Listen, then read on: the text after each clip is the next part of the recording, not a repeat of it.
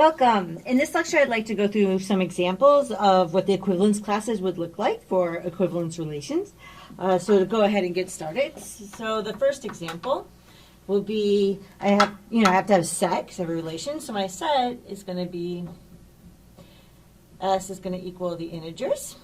And then my equivalence relation, we can recall that the way that these are defined is by an if and only if statement, so don't get confused by that. It's just saying this is when these two things are equal. Okay, so we have that A is going to be considered equivalent to B. Right, and this set is integers, so I'm talking about two integers. So the integer A is equivalent to the integer B.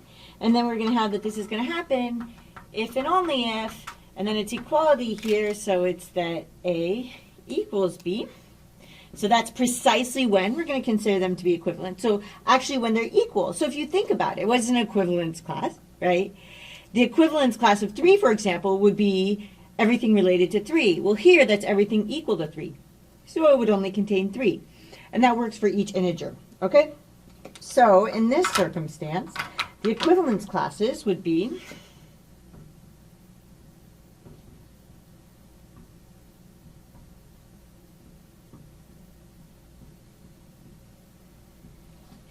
you would have 0 equals the set just containing 0. We have that 1 equals the set just containing 1. And then this continues, right? Because there's nothing else equivalent to each of these numbers. So they're each their own equivalence class. Okay, so that's what's going on there. And then a few remarks. So so these are remarks. So kind of the first thing to notice here is that each equivalence class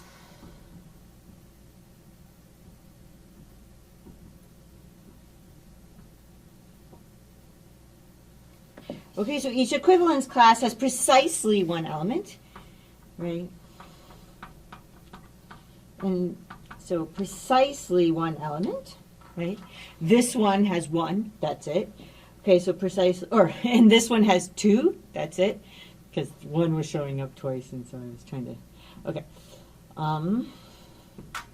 Right, so, and what is that element? So we have that, right, the equivalence class of A is going to just equal the set containing A, and this is going to work for every integer A. Okay, so that's the first thing, and then the second thing is that each integer is going to belong to an equivalence class.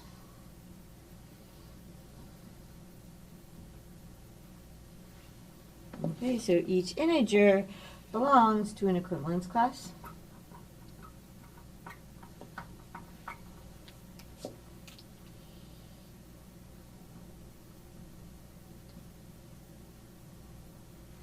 And in fact, it's going to be precisely 1. Kind of its own equivalence class. Each integer has its own equivalence class. This is a possibility. But really kind of the key things that are in there are the fact that we know that, so every equivalence class has elements in it. We know that each integer belongs to an equivalence class, and it only belongs to one equivalence class. Okay, so they don't intersect and so on. And this is going to be important. So here's another example. So our set here is going to be, so our set is S, which is Z cross the natural numbers. And the relation on here is going to be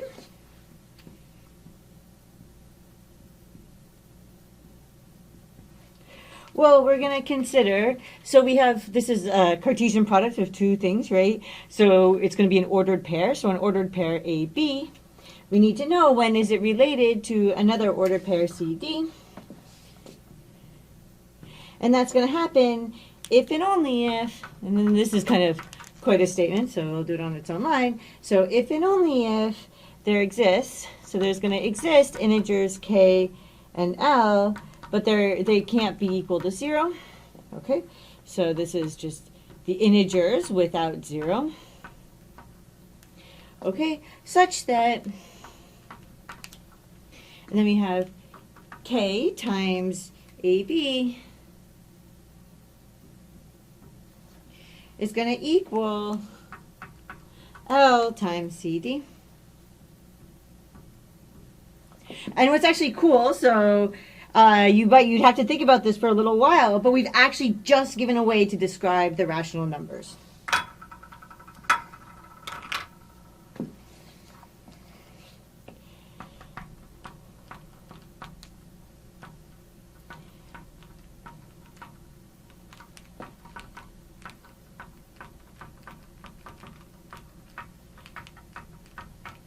Okay, i.e., the equivalence classes gives, so i.e., the equivalence classes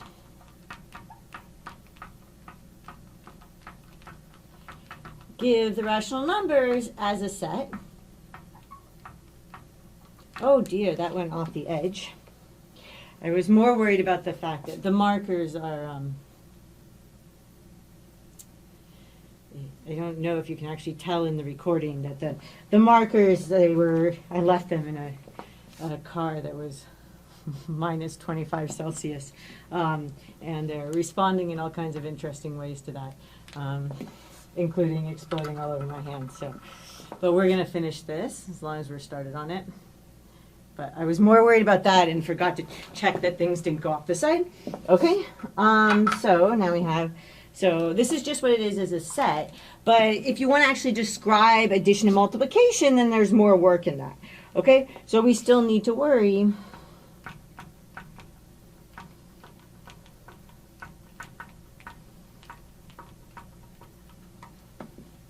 about how addition and multiplication are defined.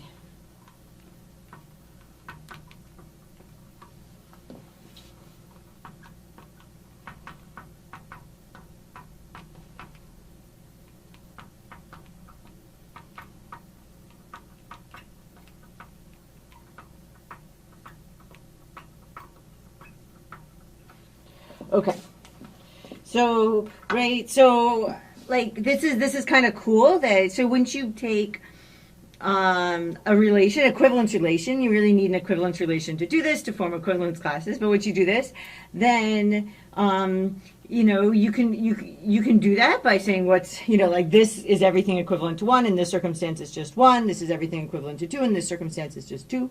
They're going to satisfy these nice properties, which you're going to see that they're going to form a partition. And like they give you a way to actually kind of talk about things like, you know, the rational numbers, when we define them, they have you know, multiple different ways to write the same rational numbers we think about it. Like 1 over 3 or 3 over 9 or 2 over 6 are all the same thing. Okay? And so that's actually another, you know, this equivalence relation is telling us what we mean by how we know that those are the same thing. So this is kind of how this is powerful, because then the equivalence classes, right, we think of, and so this shouldn't be too weird to think of an equivalence class as an element, because we think of 1 over 3, 2 over 6, 3 over 9 as the same thing. Even though it's like a whole bunch of different ways of writing it, we think of it as one element of the rational numbers, right? We always have. And so this, you know, kind of have that in your mind maybe when people talk about equivalence classes as being the elements of a set, because it's a very useful way of thinking about things, because you really want everything that you're considering to be equivalent to really just be one thing. And then you can do things like addition and multiplication and so on. Okay, so I hope that makes some sense and was interesting and useful, and I will see you in the next lecture.